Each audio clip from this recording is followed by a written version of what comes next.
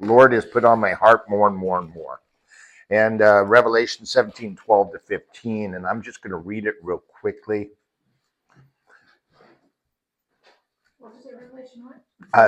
17:12-15, and it'll be up here. Is my computer up here? Keeping us on the schedule. Yep, it's there. Let me find 17:12. I skipped right by it. My little fingers went right by it. Okay, now in context, we're learning about the kings. Translation. Yeah. This is the ESV. Now, right here is the LSB, I always put ESV in. but we're going to look at the ESV just because I'm used to it. And it says what I want it to say. And the 10 horns that you saw, and this is John that saw this, the 10 are 10 kings who have not yet received royal power, but they are to receive authority as kings for 1 hour, together with the beast. These are of one mind, and they hand over their power and authority to the beast. They will make war on the Lamb. The Lamb will conquer them, for he is Lord of lords and King of kings, and those with him are called, are chosen, and faithful. So I want us to notice 4 different things on that passage. First, there are 10 kings who have not yet ruled, and they will rule for 1 hour together with the beast. So, what does that tell us? That if we see the beast, these 10 kings are ruling with the beast. So these 10 kings will rule approximately 1 hour. How long is 1 hour? A long time. 2 minutes. 60 minutes. In whose time? Yeah. There you go, Pete. You asked the right question. I said 2 minutes. Yeah. That's wise. I don't know. I know 1 hour goes from 11 to 12, but they rule. Yeah. It can be tough, can it? But this is the component we're looking for today.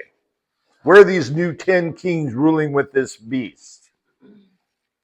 Number 2, they are all 10 kings and the beast of one mind.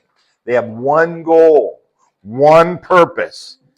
And all 10 kings give their power and authority to the beast. 3, they, all 10 kings and the beast, will war against the Lamb, and the Lamb will conquer them.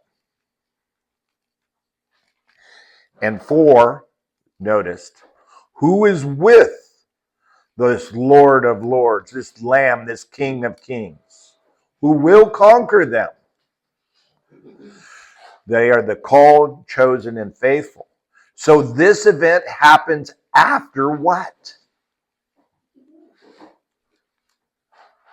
After the beast shows up. Who is with the Lord of lords and Kings of kings? The chosen. So when does this have to happen?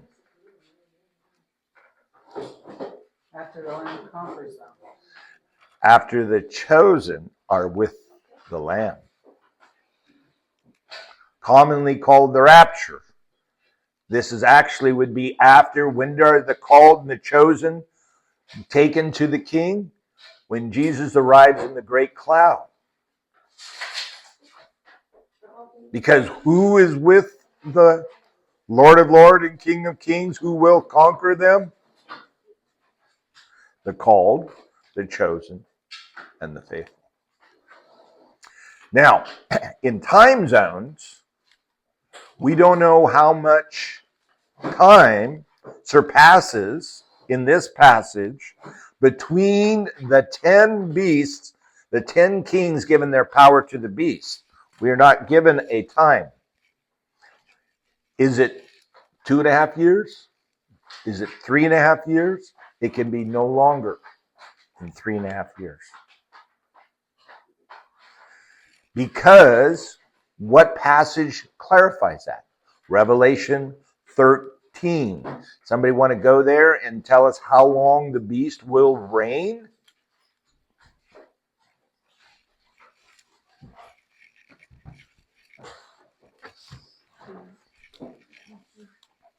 Find it in Revelation 13. 40 and 2 months. 42 months. And could you read the verse that clarifies that for us, Tia? Verse 5. And there were given unto him a mouth speaking great things and blasphemies, and power was given unto him to continue 40 and 2 months. 42 months. So the last 42 months is what we're looking for. We're getting very close to those last 42 months. It's during those 42 months that the Lord of Lords and King of Kings will conquer the beast, probably at the end somewhere, because he's given 42 months to reign. But with him are the called, the chosen, and faithful. So they have already returned with Jesus, as Jesus said in the Synoptic Gospels, I will ascend in a cloud and I will send out my angels to gather the chosen, the elect. Same Greek word. So we can see this 10 beasts, or I'm sorry, these 10 kings and the beast will come into power in the last 42 months of the 6th day. And then what happens on the 7th day? We'll be in Jerusalem.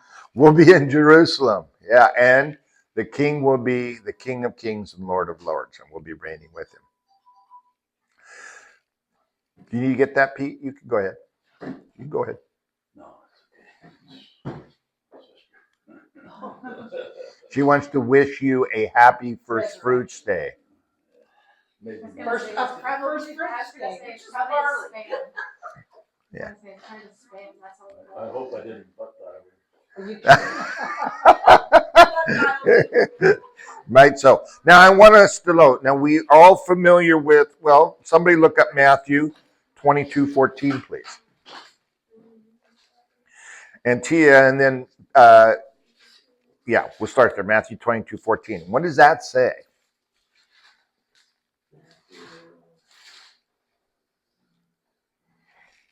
For many are called and few are chosen.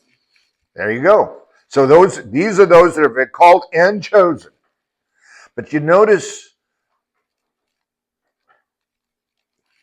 Jesus adds a description, and Faithful. faithful. So let's look at the chosen. Look at John 15, verse 16.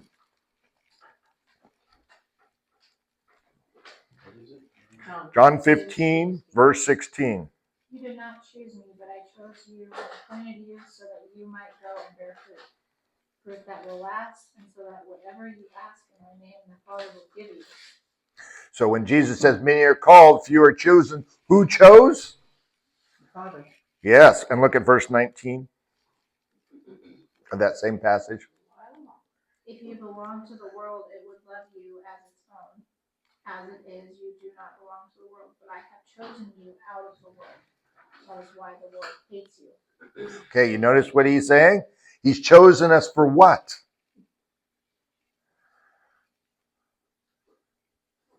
To come out of this world. You wonder why I make a big deal about Easter? It's the world's holiday, not God's. God has called us out of this world. Come out of her, my people, lest you have to suffer her plagues.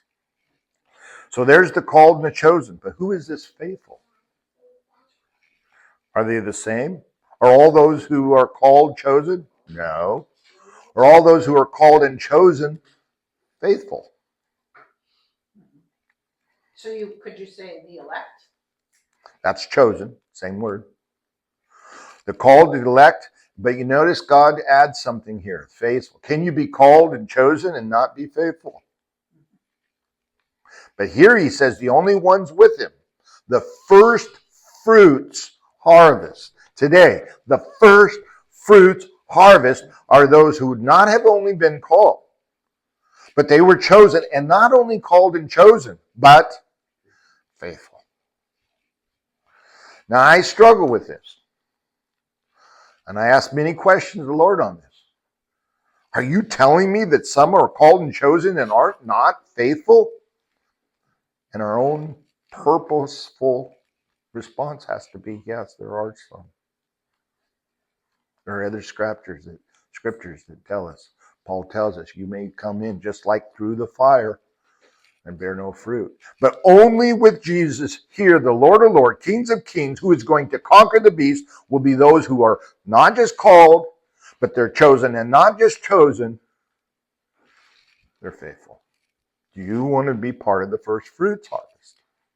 When Jesus comes down in that cloud, the first fruits harvest. They've been called, they've been chosen, and they're faithful. Let's look at faithful.